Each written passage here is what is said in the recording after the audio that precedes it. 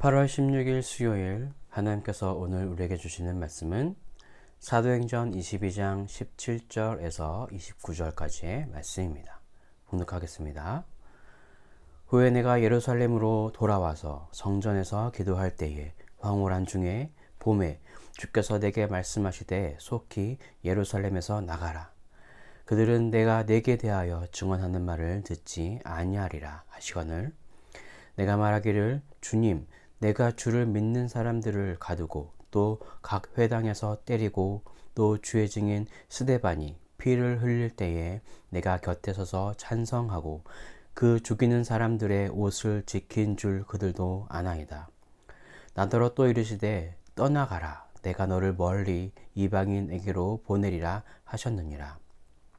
이 말 하는 것까지 그들이 듣다가 소리질러 이르되 이러한 자는 세상에서 없애버리자 살려둘 자가 아니라 하여 떠들며 옷을 벗어 던지고 티끌을 공중에 날리니 천부장이 바울을 영내로 데려가라 명하고 그들이 무슨 일로 그에 대하여 떠드는지 알고자 하여 채찍질하며 신문하라 한대 가죽줄로 바울을 매니 바울이 곁에 서 있는 백부장더러 이르되 너희가 로마 시민 된 자를 죄도 정하지 아니하고 채찍질할 수 있느냐 하니 백부장이 듣고 가서 천부장에게 전하여 이르되 어찌하려 하느냐 이는 로마 시민이라 하니 천부장이 와서 바울에게 말하되 내가 로마 시민이냐 내게 말하라 이르되 그러하다.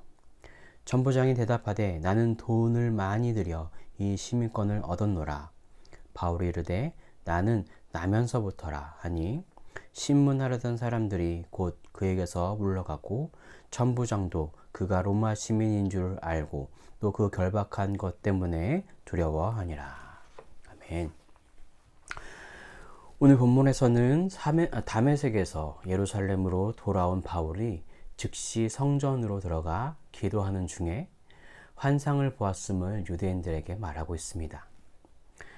사도행전에서 3번이나 나오는 이 다메섹에서의 회심 사건과는 다르게 이 성전에서 환상을 본 사건은 22장에서만 등장합니다. 이것을 보면 듣는 사람이 유대인들이었기 때문에 특별히 성전에서의 일어난 일을 언급함으로 정당성을 얻으려고 했던 말이었던 것 같습니다. 바울은 환상 중에 주님이 나타나셔서 유대인들이 바울의 말을 듣지 않을 것이니 속히 예루살렘을 떠나라. 그리고 이방인에게로 보내리라고 말씀하셨다고 증언하였습니다. 그러나 이런 바울의 노력은 물거품이 되고 말았습니다. 지금까지 바울의 말을 잠잠히 듣고 있던 유대인들이 갑자기 급변하여 소리를 지르며 분노합니다. 이방인들도 구원의 대상이 된다는 이 사실이 이방인들과 자신들이 같은 취급을 당하고 있다는 것으로 선민의식으로 가득 차 있던 유대인들이 참을 수 없었던 것이었습니다. 하나님이 선택하신 자신들을 인정하지 않은 것이 바로 신성모독이라고 여겼기 때문입니다. 소동이 일어나자 천부장은 바울과 대중을 멀리하게 하였고 그렇게 하였지만 히브리 말로 전하였던 이 바울의 말을 천부장은 알아듣지 못했기 때문에 그 내용을 파악하고자 채찍질하고 신문을 합니다. 가죽줄로 바울을 결박하니 옆에 있던 백부장에게 바울이 자신은 로마 시민권자라고 말하며 그 사람에게 알려줍니다. 그러자 천부장은 자신은 돈을 주고 시민권을 샀는데 바울 너는 로마 시민이냐? 라고 물어보니 바울은 나면서부터 로마 시민이다 라고 말하고 있습니다. 그러자 신문하는 사람도 천부장도 그 결박한 것 때문에 두려워합니다. 왜냐하면 천부장은 로마 법을 어겼기 때문입니다. 로마 법에는 로마 시민은 심판하지 않고 심판하기 전에는 결박하거나 매질을 못한다는 규정이 있기 때문입니다. 이렇게 로마 시민권을 가진 바울이 잠깐이나마 어려움에서 벗어날 수 있게 되었습니다. 자, 오늘 우리에게 주시는 첫 번째 메시지입니다. 첫째, 신앙은 구약 전통 신앙을 이어받는 것입니다. 바울이 계속 증언하는 것은 자신 또한 유대인이며 예루살렘에서 정기적으로 기도하는 습관이 있던 사람이라는 것을 어필하고 있습니다. 바울은 구약의 전통을 인정하고 그것을 지키려고 힘썼습니다. 바울은 구약의 전통에 따라 예루살렘에 돌아와서 성전에서 기도하는 와중에 주님의 환상을 보는 신비로움을 체험했습니다. 그 환상을 통해서 다시 한번 이방 족속에 대한 전도 사명을 받았습니다. 다메섹에서뿐만 아니라 성전에서의 환상을 통해서도 사명을 받은 것이죠. 이렇게 조상으로부터 또 선배들로부터 내려왔던 그들의 전통을 이어받아 열심히 기도하는 와중에 그는 사명을 얻게 되었습니다. 가끔 구약 성경을 이스라엘의 역사서 같이 여기며 우리와 상관없이 여기는 사람들이 있습니다. 실제로 초대교회에서는 구약을 인정하지 않던 신약만 인정했던 이단들이 존재하기도 하였습니다. 하나님이 우리에게 주신 말씀은 신약 성경뿐만 아니라 구약 성경도 우리에게 주신 말씀입니다. 새로운 것만 찾아가며 새로운 예배 형식, 새로운 프로그램만 추구하지 않고 건강하게 정통적으로 내려오는 은혜로운 것들을 놓치시지 않으시길 바랍니다.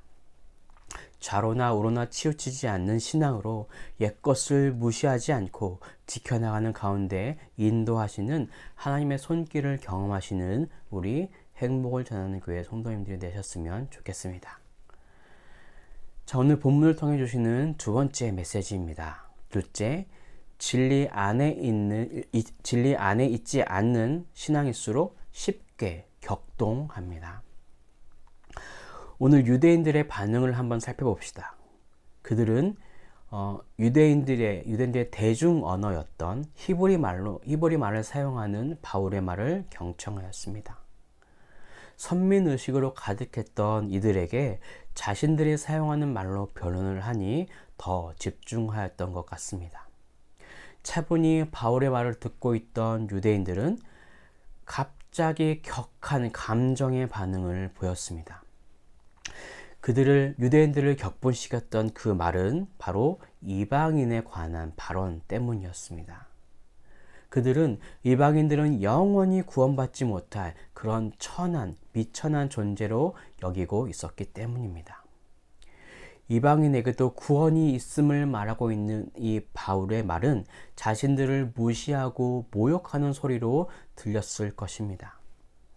예수님은 유대인이건 사마리아인이건 이방인이건 구분하지 않고 많은 사역을 행하셨습니다. 하나님의 뜻은 이미 이방 족속에게까지 있습니다. 그러나 선민의식으로 왜곡된 신앙을 가지고 있던 유대인들에게는 이것은 용납할 수 없는 일이었습니다. 이렇게 하나님의 참된 진리를 알지 못하는 사람들은 감정이 급변합니다. 내 감정이 수시로 변하고 또 마음이 왔다 갔다 하신다면 내가 진리 안에 서 있는지 나를 점검해야 할 것입니다. 나를 낮추며 하나님을 높일 때 하나님은 우리를 높여주십니다. 바울이 로마 시민권 때문에 보호가 될 수 있었던 것처럼 우리는 하나님의 나라, 하늘나라의 시민권을 가진 사람들입니다. 하늘나라 시민권을 소유한 우리들을 하나님께서 도우실 것입니다. 이제 우리는 진리를 위해, 진리를 알기 위해 힘써 봅시다. 기도하겠습니다.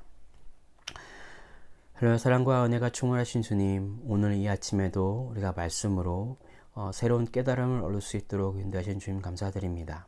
하나님, 우리가 옛것을 잃어버리지 않도록 인도해 주시고 하나님께서 인도하신 그 옛날부터 내려왔던 그 거룩한 건강한 전통을 잘 이어갈 수 있도록, 그래서 내 신앙에 더욱더 굳건한 반석이 될 수 있도록 그 신앙들을 이어갈 수 있는 마음 허락하여 주시고, 또한 우리가 내 삶이, 내 신앙이 진리 안에 있는지, 아니면 다른 어떠한 하나님 말씀 외에 다른 것으로 내 신앙이 서 있는지 돌아볼 수 있는 시간을 허락하여 주시고, 오늘 이 시간에 말씀으로 다시 한번 깨달아지며 새롭게 내 반석을 만들어가는 오늘의 시간 될 수 있도록 아버지 하나님 인도해 주십시오. 그렇게 우리를 보호하실 것을 믿으며 이 모든 것을 살아계신 예수 그리스도의 이름으로 기도드립니다. 아멘.